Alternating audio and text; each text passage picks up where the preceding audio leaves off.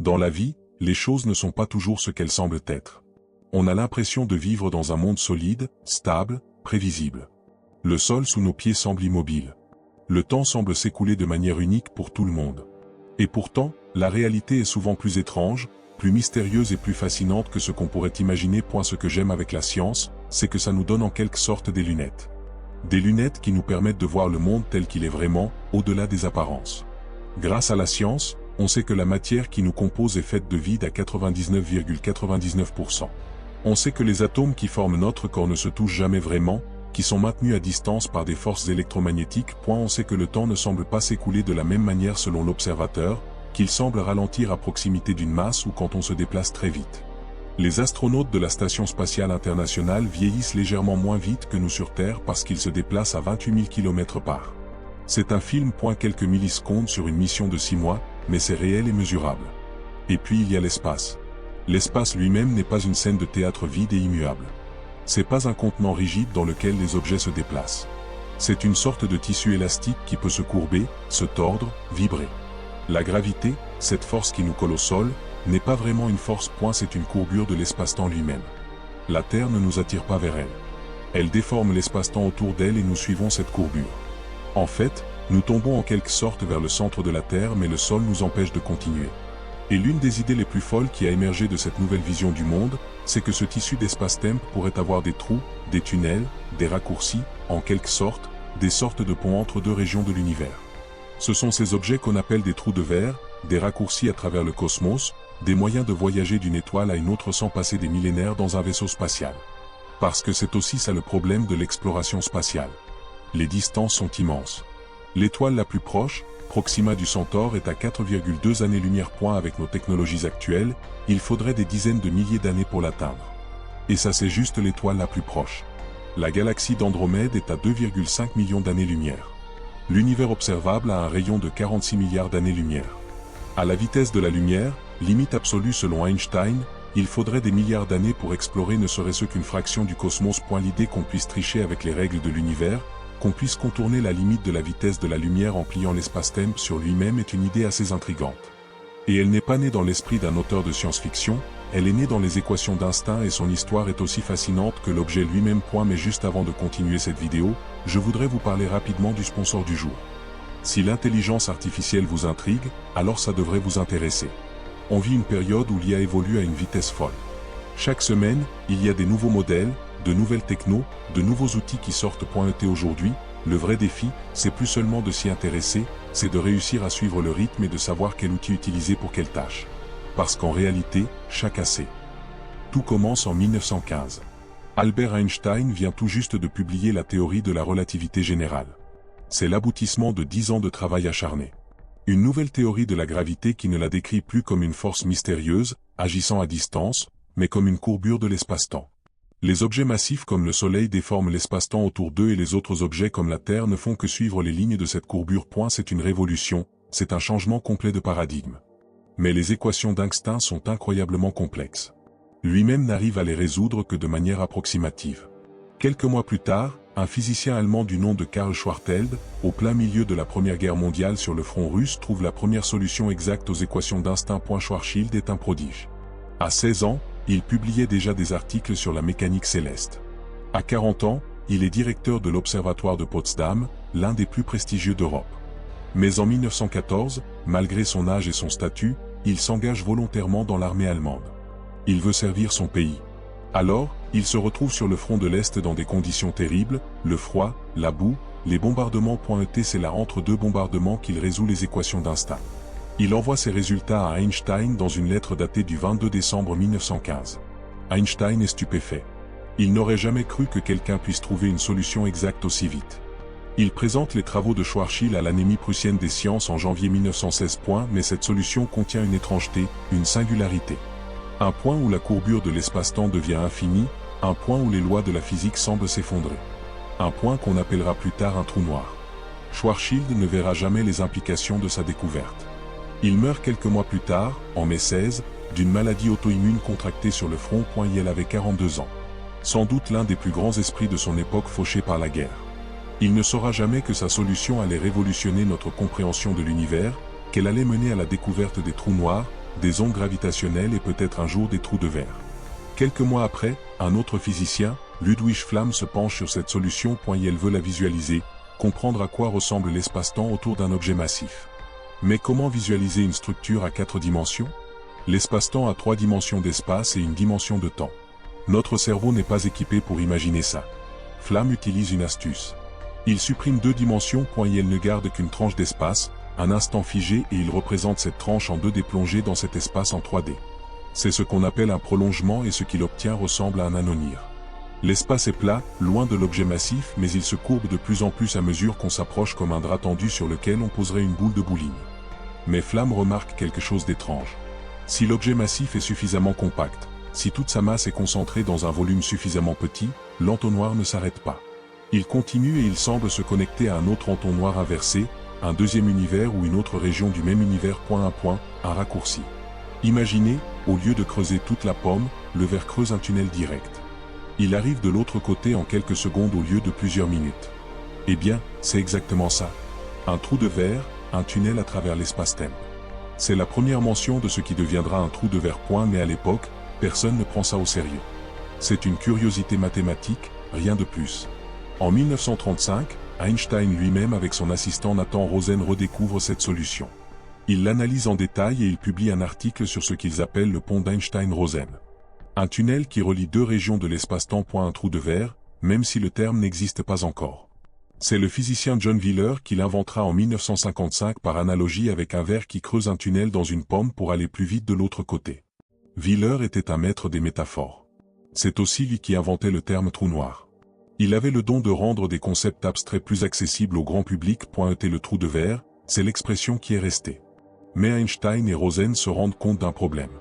Ce pont est instable, extrêmement instable. Il se forme et se referme si vite qu'absolument rien. Même pas la lumière ne peut le traverser. C'est un objet purement mathématique, une solution aux équations certes, mais une solution qui ne correspond à rien de réel. En 1967, un résultat tombe comme un coup près, le théorème de censure topologique.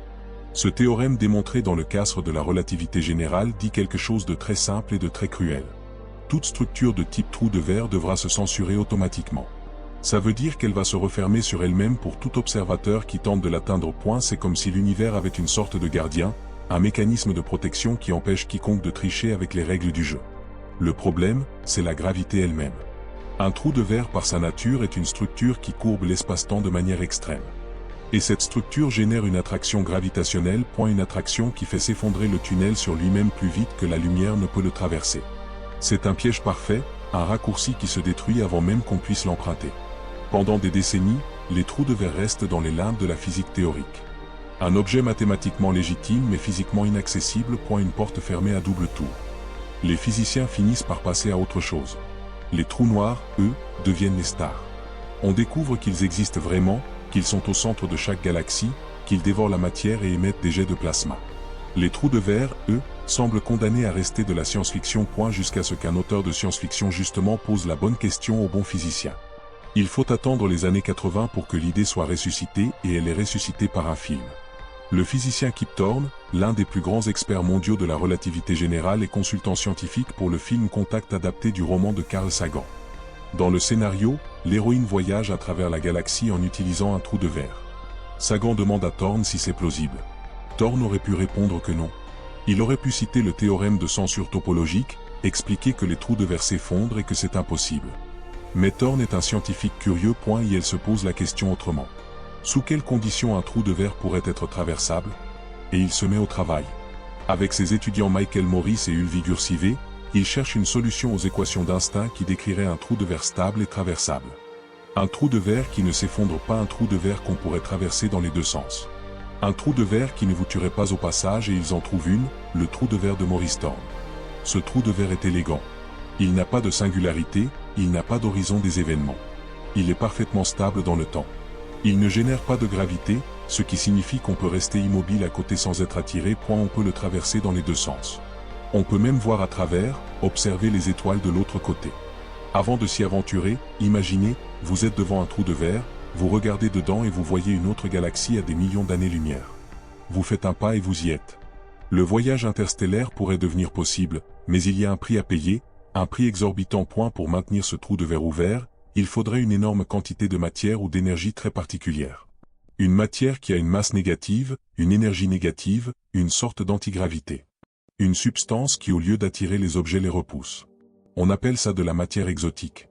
Le problème c'est que cette matière exotique n'a jamais été observée. Ça viole complètement toutes les lois de la physique que nous connaissons.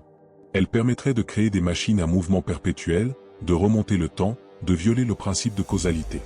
La plupart des physiciens pensent qu'elle ne peut pas exister.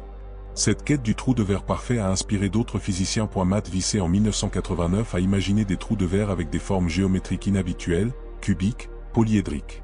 L'idée était de minimiser la quantité de matière exotique nécessaire en jouant sur la géométrie. Mais impossible de s'en passer complètement. En 2014, Kip Thorne est de nouveau consultant scientifique pour un film, mais cette fois c'est Christopher Nolan et Interstellar. Thorne veut que le trou de verre du film soit scientifiquement exact. Pas une approximation, pas une simplification, une vraie chose. Il travaille avec l'équipe d'effets spéciaux du film, leur fournit les équations et pour la première fois de l'histoire du cinéma, un trou de verre est visualisé de manière rigoureusement scientifique. Le résultat est spectaculaire. Déjà, c'est une sphère, pas un disque parce qu'un trou de verre est un objet en 3 dimensions, pas en 2. Une sphère qui déforme la lumière et les étoiles environnantes. Une sphère à travers de laquelle on peut voir les étoiles de l'autre côté déformées, et tirée comme vue à travers une lentille. Ce travail a même donné lieu à des publications scientifiques. Et en visualisant le trou de verre avec une précision sans précédent, l'équipe a découvert des phénomènes optiques que personne n'avait anticipés. La science-fiction a fait avancer la science, mais Interstellar va plus loin. Le film montre aussi ce qu'on verrait en traversant le trou de verre. Dans le scénario, l'héroïne voyage à travers la galaxie en utilisant un trou de verre. Sagan demande à Thorne si c'est plausible. Thorne aurait pu répondre que non. Il aurait pu citer le théorème de censure topologique, expliquer que les trous de verre s'effondrent et que c'est impossible. Mais Thorne est un scientifique curieux. Et elle se pose la question autrement. Sous quelles conditions un trou de verre pourrait être traversable? Et il se met au travail. Avec ses étudiants Michael Morris et Ulvi Gursive, il cherche une solution aux équations d'Einstein qui décrirait un trou de verre stable et traversable. Un trou de verre qui ne s'effondre pas, un trou de verre qu'on pourrait traverser dans les deux sens. Un trou de verre qui ne vous tuerait pas au passage, et ils en trouvent une, le trou de verre de Maurice Thorne. Ce trou de verre est élégant. Il n'a pas de singularité, il n'a pas d'horizon des événements. Il est parfaitement stable dans le temps. Il ne génère pas de gravité, ce qui signifie qu'on peut rester immobile à côté sans être attiré. On peut le traverser dans les deux sens. On peut même voir à travers, observer les étoiles de l'autre côté. Avant de s'y aventurer, imaginez, vous êtes devant un trou de verre, vous regardez dedans et vous voyez une autre galaxie à des millions d'années-lumière. Vous faites un pas et vous y êtes. Le voyage interstellaire pourrait devenir possible, mais il y a un prix à payer, un prix exorbitant. Pour maintenir ce trou de verre ouvert, il faudrait une énorme quantité de matière ou d'énergie très particulière. Une matière qui a une masse négative, une énergie négative, une sorte d'antigravité. Une substance qui au lieu d'attirer les objets les repousse.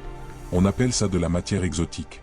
Le problème c'est que cette matière exotique n'a jamais été observée. Ça viole complètement toutes les lois de la physique que nous connaissons. Elle permettrait de créer des machines à mouvement perpétuel, de remonter le temps, de violer le principe de causalité. La plupart des physiciens pensent qu'elle ne peut pas exister. Cette quête du trou de verre parfait a inspiré d'autres physiciens. Matt Vicey en 1989 a imaginé des trous de verre avec des formes géométriques inhabituelles, cubiques, polyédriques. L'idée était de minimiser la quantité de matière exotique nécessaire en jouant sur la géométrie. Mais impossible de s'en passer complètement. En 2014, Kip Thorne est de nouveau consultant scientifique pour un film, mais cette fois c'est Christopher Nolan et Interstellar. Thorne veut que le trou de verre du film soit scientifiquement exact. Pas une approximation, pas une simplification, une vraie chose. Il travaille avec l'équipe d'effets spéciaux du film, leur fournit les équations et pour la première fois de l'histoire du cinéma, un trou de verre est visualisé de manière rigoureusement scientifique. Le résultat est spectaculaire. Déjà, c'est une sphère, pas un disque parce qu'un trou de verre est un objet en 3 dimensions, pas en 2. Une sphère qui déforme la lumière et les étoiles environnantes. Une sphère à travers de laquelle on peut voir les étoiles de l'autre côté déformées, et tirée comme vue à travers une lentille. Ce travail a même donné lieu à des publications scientifiques. Et en visualisant le trou de verre avec une précision sans précédent, l'équipe a découvert des phénomènes optiques que personne. Les étoiles s'étirent, se déforment, l'horizon qui se courbe, la lumière qui fait des choses impossibles et à la sortie un nouveau système stellaire avec des nouvelles planètes, des nouvelles possibilités. Le film a touché des millions de spectateurs. Il a donné à des générations entières l'envie de comprendre la physique. Et elle a montré que la science pouvait être aussi spectaculaire, aussi émouvante, aussi incroyable que n'importe quelle science-fiction. Mais derrière les images spectaculaires, il y a toujours ce problème, cette matière exotique, cet ingrédient impossible. On va s'arrêter 5 minutes sur cette fameuse matière exotique, cette énergie négative dont on a besoin pour stabiliser un trou de verre traversable. Est-ce que ça pourrait exister? Eh bien en fait oui, mais en très petite quantité. L'effet Casimir découvert en 1948 par le physicien néerlandais Andrien Casimir montre que le vide quantique n'est pas vraiment vide. Il est rempli de fluctuations de particules virtuelles qui apparaissent et disparaissent en permanence. Dans certaines configurations, ces fluctuations peuvent créer une pression négative, une sorte d'énergie négative. L'expérience est simple à décrire. Prenez deux plaques métalliques parfaitement parallèles, très proches l'une de l'autre à quelques micromètres.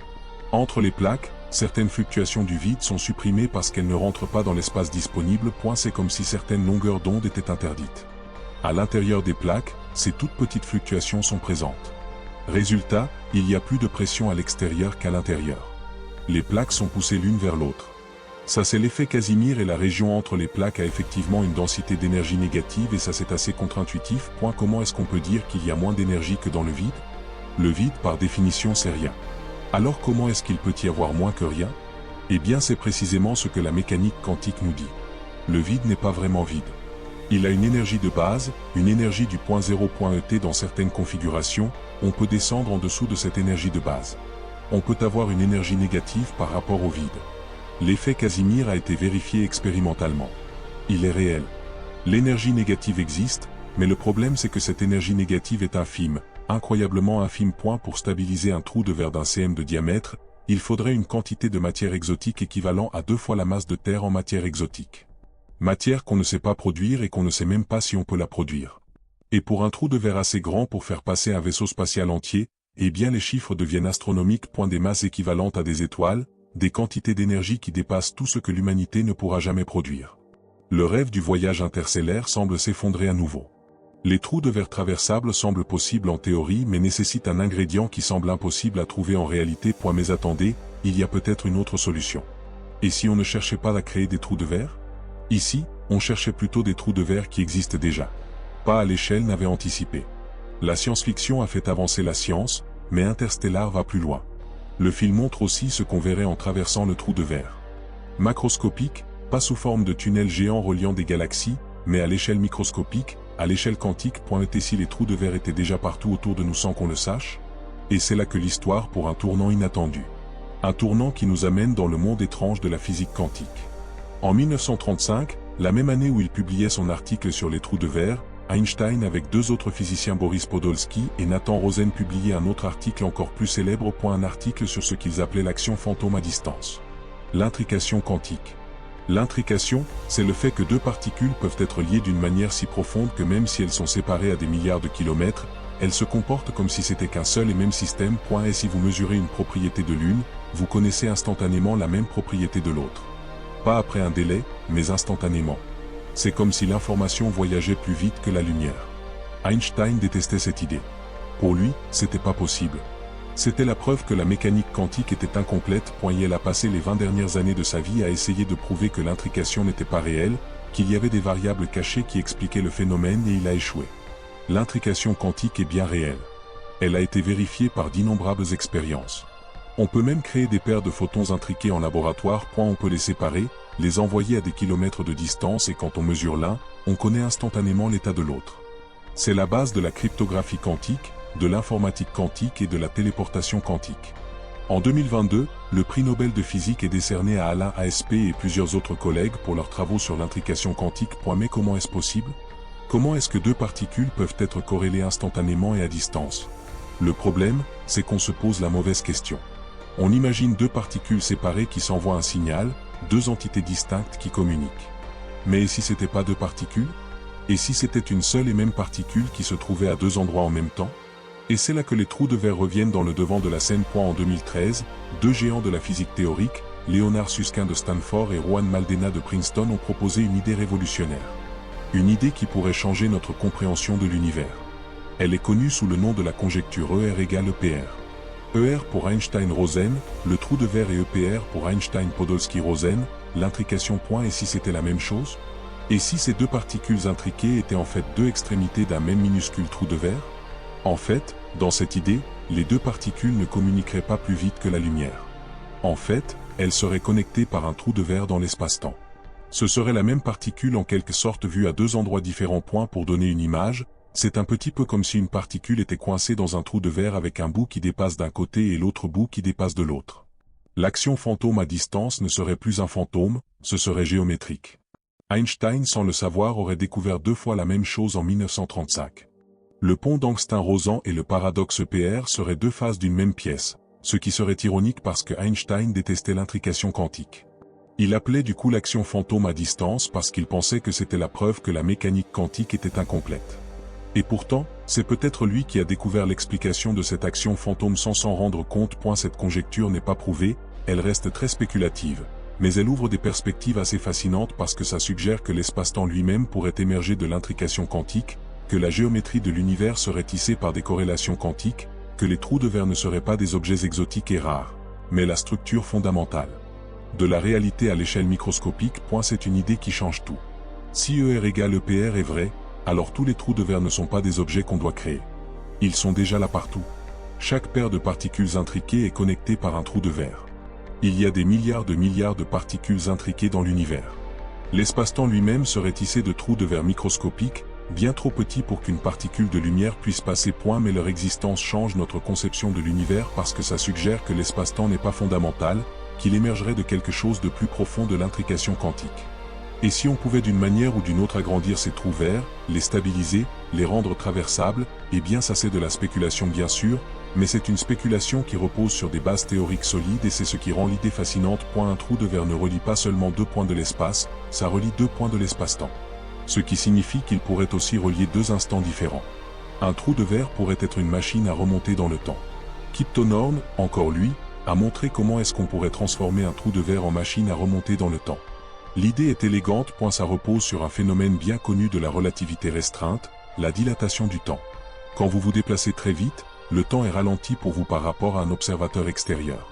C'est en fait expérimental, vérifié et des milliers de fois. Les horloges des satellites GPS doivent être corrigées pour tenir compte de ces effets.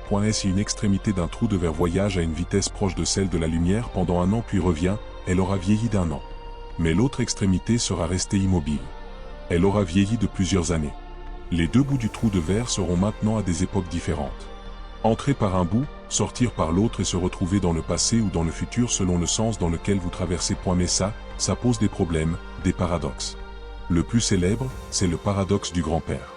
Imaginez que vous construisez une machine à voyager dans le temps. Vous remontez le temps en 1920. Vous trouvez votre grand-père, jeune homme avant qu'il ne rencontre votre grand-mère et vous le tuez. Que se passerait-il? Eh bien, votre grand-père serait mort. Donc, il ne rencontrera jamais votre grand-mère. Votre père ne naîtra jamais et vous ne naîtrez jamais. Mais si vous n'existez pas, vous ne pouvez pas construire une machine à voyager dans le temps et donc vous ne pouvez pas remonter le temps en 1920. Vous ne pourrez pas tuer votre grand-père, il survit et donc vous existez et donc vous pouvez le tuer et ainsi de suite à l'infini. C'est une boucle logique sans issue, une contradiction fondamentale. Il y aurait plusieurs solutions à ce paradoxe. La plus élégante est peut-être celle d'un univers parallèle. Quand vous remontez le temps, vous ne remontez pas dans votre propre passé. Vous créerez une nouvelle branche d'univers. Votre grand-père meurt mais dans un autre univers. Dans le vôtre, il est toujours vivant. C'est l'interprétation d'Everett ou les mondes multiples. Chaque fois que vous prenez une décision, l'univers se divise. Dans une branche, vous avez tourné à gauche, dans l'autre, vous avez tourné à droite. Les 2 versions de vous continuent d'exister, mais dans des univers parallèles qui ne se touchent jamais. Et si cette interprétation est correcte, le voyage dans le temps ne crée pas de paradoxe, il crée simplement de nouvelles branches. Stephen Hawking avait une autre idée en tête. Il a proposé ce qu'il appelait la conjecture de protection chronologique. L'idée que les lois de la physique conspirent pour empêcher le voyage dans le temps. Que chaque fois qu'on essaie de construire une machine à voyager dans le temps, quelque chose se passe pour l'empêcher d'exister. Dans le cas d'un trou de verre, ce quelque chose pourrait être les fluctuations quantiques du vide.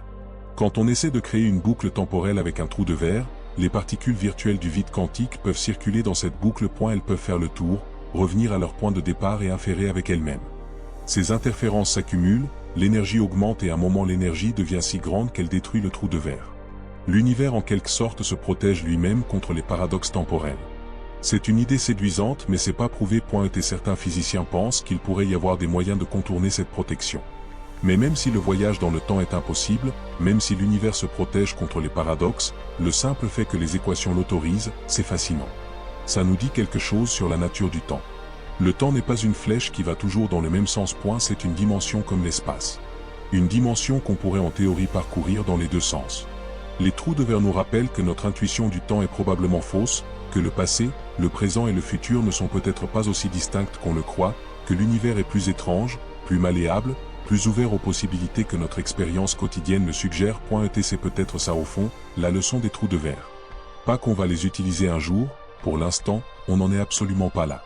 Mais de voir à quel point grâce à des équations, on peut voir, entrevoir dépendre la réalité qui nous sont pour l'instant inaccessibles et que même les équations nous aident à savoir quoi chercher et où chercher, nous aident à entrevoir ce qui pourrait être possible, d'ouvrir des portes qui nous semblaient inaccessibles.